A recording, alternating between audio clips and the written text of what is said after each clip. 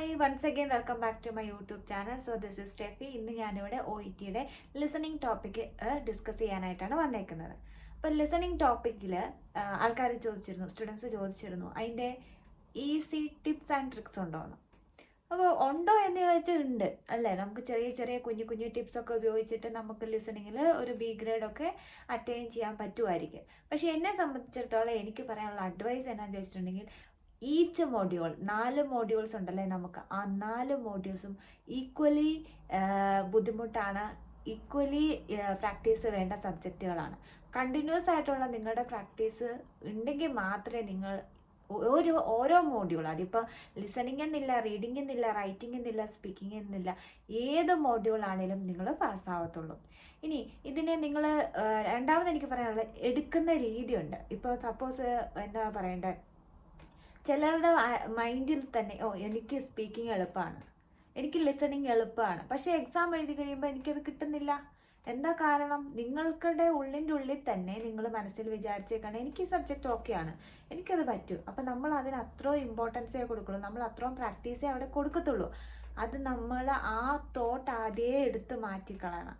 അതെടുത്ത് മാറ്റി വെച്ചിട്ട് കണ്ടിന്യൂസ് ആയിട്ട് ഒരു ലിസണിങ്ങിൻ്റെ ടോപ്പിക് എടുത്ത് ചെയ്തുകൊണ്ടിരിക്കണം. യൂട്യൂബിലൊക്കെ ഇഷ്ടംപോലെ ടോപ്പിക്സ് കിടപ്പുണ്ട്, നമുക്കത് കണ്ടിന്യൂസ് ഒന്ന് കേട്ട് പ്രാക്ടീസ് ചെയ്ത് പോകാവുന്നേ ഉള്ളൂ. പിന്നെ അടുത്തൊരു മിസ്റ്റേക്ക് എല്ലാവരും ചെയ്യുന്നത് എന്നാന്ന് ചോദിച്ചിട്ടുണ്ടെങ്കിൽ, ഇപ്പോൾ ഒരു പ്രാക്ടീസ് എടുക്കുവാന്ന് ചോദിച്ചു, ഒരു ലിസണിങ് ടോപ്പിക് എടുത്തു, ഇപ്പോൾ 2 or 3 പ്രാവശ്യം എക്സാം എഴുതിയിട്ട് കിട്ടാത്ത കുട്ടികളാണെങ്കിൽ എന്ത് പറ്റും? അവരേത് ലിസണിങ് ടോപ്പിക് എടുത്താലും അവർക്ക് ഏകദേശം അതിൻ്റെ ഒരു ആൻസർ അറിയായിരിക്കും. പിന്നെ രണ്ടാമത്തെ ഒരു മിസ്റ്റേക്ക് എന്ന് വെച്ചിട്ടുണ്ടെങ്കിൽ, പിന്നെ ഒരു മിസ്റ്റേക്ക് എന്ന് പറഞ്ഞിട്ടുണ്ടെങ്കിൽ, ഈ യൂട്യൂബിലൊക്കെ കൂടെ ചെയ്യുമ്പോൾ ഇതിൻ്റെ ലാസ്റ്റിൽ അവർ ആൻസർ കൊടുക്കും. അപ്പോൾ നമുക്ക് എന്താ പറയുക, നമുക്കൊരു ക്യൂരിയോസിറ്റി ഉണ്ട് ഇതിൻ്റെ ആൻസർ എന്താണെന്ന് അറിയാൻ വേണ്ടി. നമ്മൾ പതിയെ എന്ത് ചെയ്യും, അങ്ങോട്ട് നോക്കും. അങ്ങനെയൊക്കെ ഒരുപാട് മിസ്റ്റേക്കുകൾ. പിന്നെ ഈ നമ്മുടെ മനസ്സിൽ ആദ്യം ഇപ്പം തെറ്റുകളോ, ആ ആൻസർ തെറ്റാണ് നമ്മൾ കണ്ടു, പിന്നെ നമ്മൾ അതേ ക്വസ്റ്റ്യൻ റിപ്പീറ്റ് ചെയ്യുവാണെങ്കിൽ നമുക്കറിയാം ആ ഉത്തരം തെറ്റാണ്. അപ്പോൾ അടുത്ത ഓപ്ഷൻ നമ്മൾ ഓട്ടോമാറ്റിക്കലി, അല്ലെങ്കിൽ നമുക്ക് അതിൻ്റെ ശരി ഉത്തരം ഏതാണെന്നറിയാം, അത് ഓൾറെഡി നമ്മുടെ മൈൻഡിൽ ഫീഡായി. അപ്പോൾ എന്ത് സംഭവിക്കും? ഞാൻ ഇതിൻ്റെ ഉത്തരം ഇതാണ്, നമുക്ക് ഇത്ര സ്കോർ ഈ ലിസണിങ് കിട്ടുക, അതായിരിക്കും നമ്മുടെ ഒരു ലക്ഷ്യം. അങ്ങനെ ഡൈവേർട്ടായി പോകും നമ്മൾ. ഒരിക്കലും അങ്ങനെ ചെയ്യരുത്. ഇന്ന് നമ്മൾ യൂട്യൂബിൽ അല്ലെങ്കിൽ ഏത് സൈറ്റിലാണേലും എടുത്തിട്ട് ഒരു ലിസണിങ് ചെയ്യുമ്പം ഇന്നത്തെ സ്കോറിനെ മാത്രം ലക്ഷ്യം വെച്ചിട്ട് നിങ്ങൾ ഒരു ലിസണിങ്ങും ചെയ്യരുത്. നിങ്ങളുടെ ലക്ഷ്യം എക്സാം ആയിരിക്കണം. അങ്ങനെ എക്സാം മാത്രം ലക്ഷ്യം വെച്ചിട്ടാണ് നിങ്ങൾ പ്രാക്ടീസ് ചെയ്യുന്നതെങ്കിൽ നിങ്ങൾ എന്ത് ചെയ്യണം? ഇപ്പോൾ ഒരു ലിസണിങ്ങിൻ്റെ പാർട്ട് എ എടുത്തു, നിങ്ങൾക്ക് അതിൻ്റെ ആൻസർ കിട്ടുന്നില്ല, അവിടെ വിട്ടേക്കുക, ആ ആൻസർ വിട്ടേക്കുക. എന്നിട്ട് അടുത്ത് കിട്ടുന്നത് എഴുതി ആദ്യത്തെ ആ സെക്ഷൻ പാർട്ട് എ കംപ്ലീറ്റ് ചെയ്യുക. എന്നിട്ട് നിങ്ങൾ രണ്ടാമത് തിരിച്ചു വരണം. നിങ്ങൾ ആൻസർ നോക്കാനല്ല പോകേണ്ടത്, എവിടെയാണ് കിട്ടാതെ പോയത്, എന്തായിരുന്നു അതിൻ്റെ ആൻസർ എന്ന് നോക്കാനല്ല പോകേണ്ടത്. പകരം നിങ്ങൾ എഗെയിൻ നിങ്ങൾ അതേ എന്താ പറയുക, അതേ ലിസണിങ് കേൾക്കണം. അതേ ലിസണിങ് കേട്ടിട്ട് നിങ്ങൾക്ക് ആ വിട്ടുപോയ ഭാഗം കണ്ടുപിടിക്കാൻ ശ്രമിക്കണം. പിന്നെയും കിട്ടുന്നില്ല, പിന്നെയും കേൾക്കണം. എന്നിട്ട് ആ ലിസണിങ്, ആ വിട്ടുപോയ ഭാഗം നിങ്ങൾ കണ്ടുപിടിക്കണം.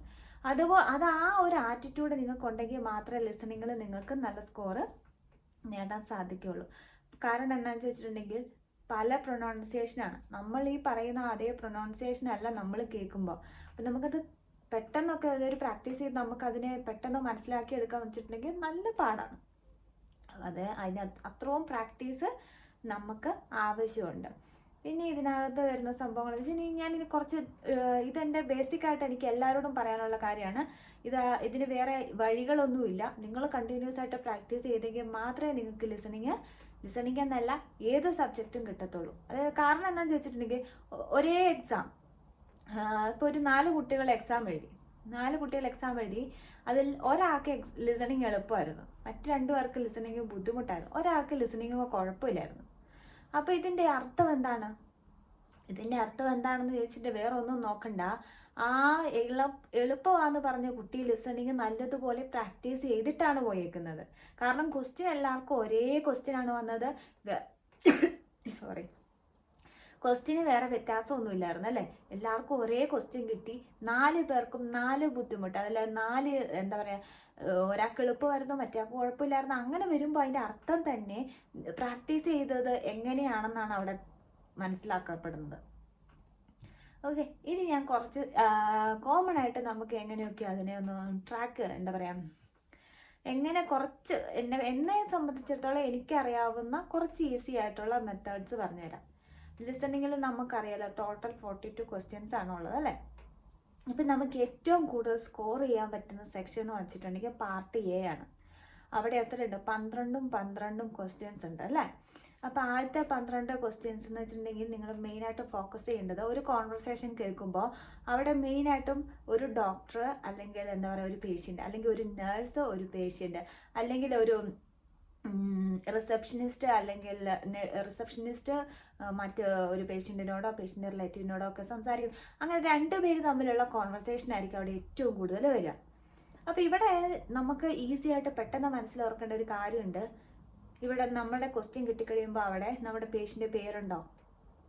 ഇല്ലെങ്കിൽ എന്തായാലും ആ ക്വസ്റ്റ്യനകത്ത് ഒരു പേഷ്യൻ്റെ പേര് ചോദിച്ചിരിക്കും.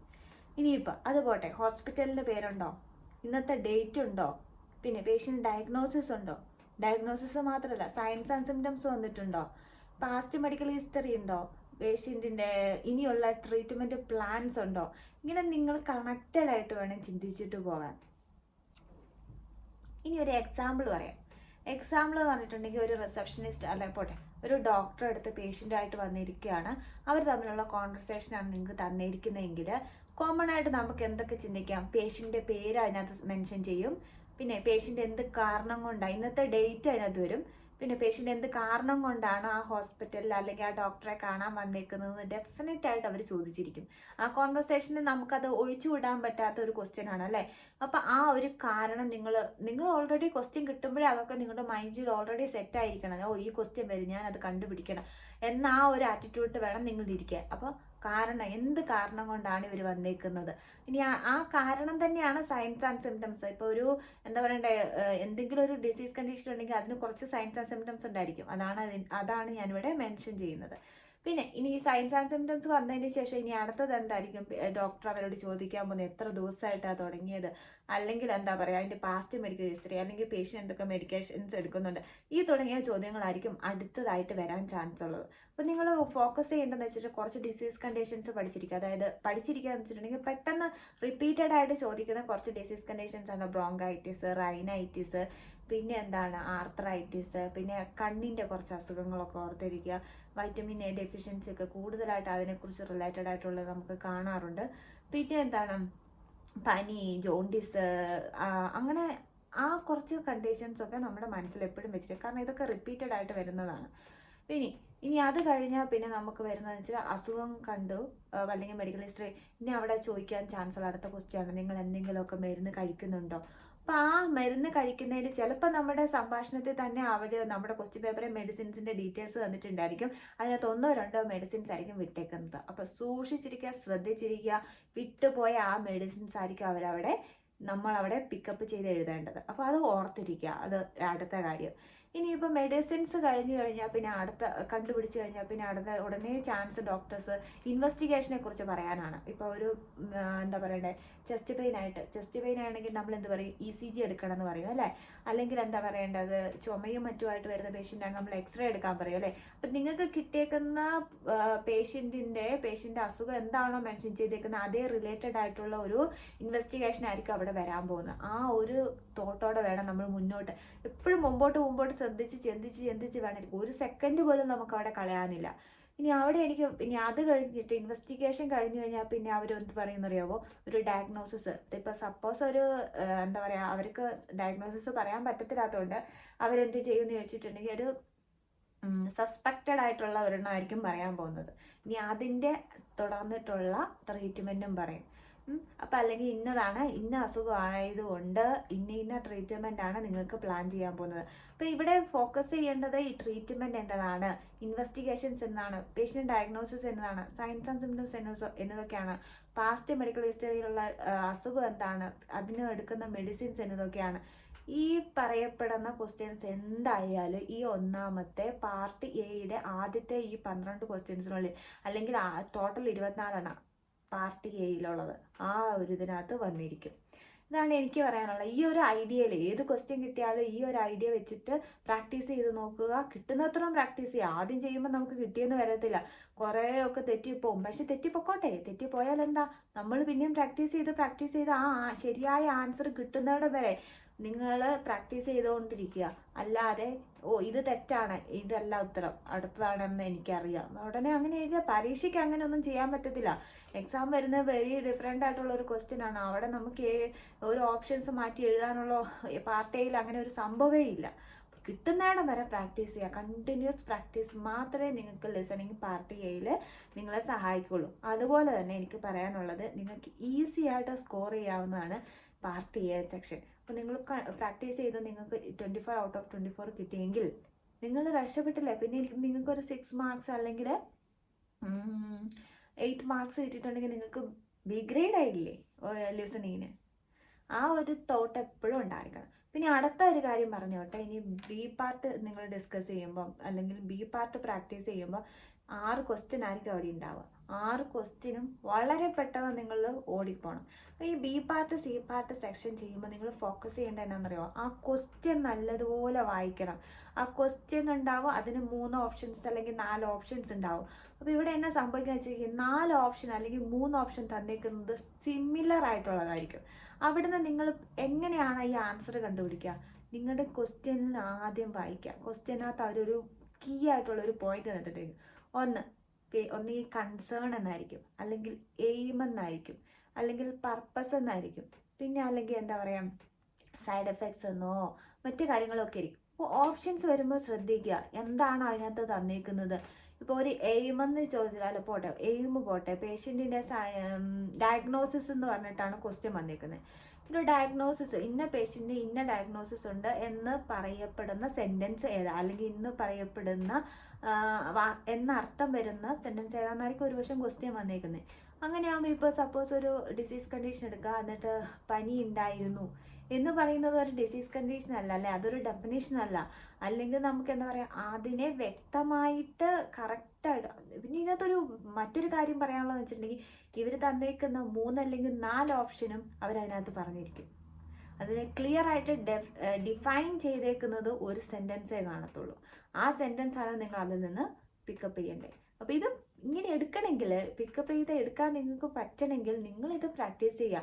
1 പ്രാവശ്യമല്ല, 2 പ്രാവശ്യമല്ല, 3 പ്രാവശ്യമല്ല, എത്ര പ്രാവശ്യം വേണേലും നിങ്ങൾ പ്രാക്ടീസ് ചെയ്തുകൊണ്ടിരിക്കുക. പ്രാക്ടീസ് ചെയ്ത് അതിൻ്റെ ആൻസർ നിങ്ങൾക്ക് കിട്ടിയതിന് ശേഷം മാത്രമേ നിങ്ങൾ അടുത്തതിലോട്ട് പോകാൻ പാടുള്ളൂ. അങ്ങനെ ചെയ്തെങ്കിലേ നിങ്ങൾക്ക് OETയുടെ ലിസണിങ് കിട്ടത്തുള്ളൂ. ഇപ്പം നിങ്ങളിത് ആരോട് ചോദിച്ചാലും ഈ ഒരു ആൻസർ ആയിരിക്കും നിങ്ങൾക്ക് കിട്ടാൻ പോകുന്നത്. ലിസണിങ് എങ്ങനെ എന്താ പറയുക ഒരു ബി ഗ്രേഡ് എടുക്കാൻ പറ്റുമോ, കിട്ടും? ഒന്നുമില്ല. പ്രാക്ടീസ് ചെയ്യുക, കണ്ടിന്യൂസ് പ്രാക്ടീസ് ചെയ്യുക. ഇതെടുത്ത് വെക്കുക, നല്ലോണം കോൺസെൻട്രേറ്റ് ചെയ്യുക, ഇരിക്കുക. ഓരോ സ്റ്റെപ്പ് നിങ്ങൾ തെറ്റിപ്പോക്കോട്ടെ, അതിനെ ആൻസർ ഏതാണെന്ന് തിരിഞ്ഞു നോക്കി മറിഞ്ഞു നോക്കി അതിനെ കണ്ടുപിടിച്ച് ആ ആൻസർ എഴുതുന്നതല്ല അതിൻ്റെ ശരി. തെറ്റിപ്പോയത് ശരിയാവുന്നിടം വരെ കണ്ടിന്യൂസ് ആയിട്ട് പ്രാക്ടീസ് ചെയ്ത് സ്വന്തമായിട്ട് കണ്ടുപിടിച്ചെങ്കിൽ മാത്രമേ നിങ്ങൾക്ക് മുമ്പോട്ട് നല്ല സ്കോർ കിട്ടി പാസ്സാവാൻ പറ്റുള്ളൂ. ഓക്കേ.